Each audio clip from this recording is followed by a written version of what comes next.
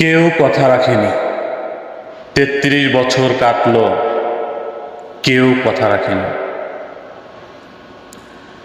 ছেলেবেলায় এক বষ্টমী তার আগমনী গান হঠাৎ থামিয়ে বলেছিল, শুক্লা দ্বাদশীর দিন অন্তরাটুকু শুনিয়া যাবে।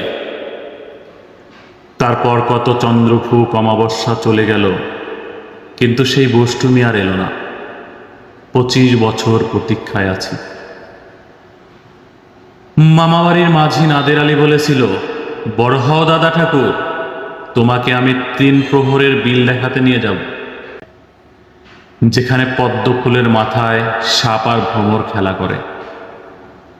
নাদের আলী, আমি আর কত বড় হব? আমার মাথা এ ঘরের ছাদ পুরে আকাশ স্পর্শ করলে তারপর তুমি আমায় ৩ প্রহরের বিল দেখাবে? একটাও রয়্যাল গুলি কিনতে পারিনি কখনো। লাঠি লজেন্স দেখিয়ে দেখিয়ে খেয়েছে লস্কর বাড়ির ছেলেরা। ভিখারির মতন চৌধুরীদের গেটে দাঁড়িয়ে দেখেছি ভিতরের রাস উৎসব। অবিরল রঙের ধারার মধ্যে সুবর্ণ কঙ্কন পরা ফর্সা রমণীরা কত রকম আমোদে হেসেছে। আমার দিকে তারা ফিরেও চায়নি। বাবা আমার কাজ ছুঁয়ে বলেছিল, দেখিস একদিন আমরাও। বাবা এখন অন্ধ। আমাদের দেখা হয়নি কিছুই। সেই রয়্যালগুলি, সেই লাঠি লজেন্স, সেই রাস উৎসব আমায় কেউ ফিরিয়ে দেবে না।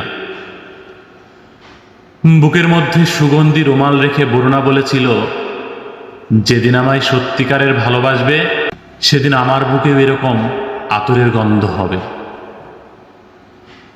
ভালোবাসার জন্য আমি হাতের মুঠোয় প্রাণ নিয়েছি। দুরন্ত ষাঁড়ের চোখে বেঁধেছি লাল কাপড়। বিশ্ব সংসার তন্ন তন্ন করে খুঁজে এনেছি ১০৮টা নীল পদ্ম, তবুও কথা রাখেনি বরুণা। এখন তার বুকে শুধুই মাংসের গন্ধ। এখনো সে যে কোনো নারী। কেউ কথা রাখেনি। ৩৩ বছর কাটলো, কেউ কথা রাখেনি।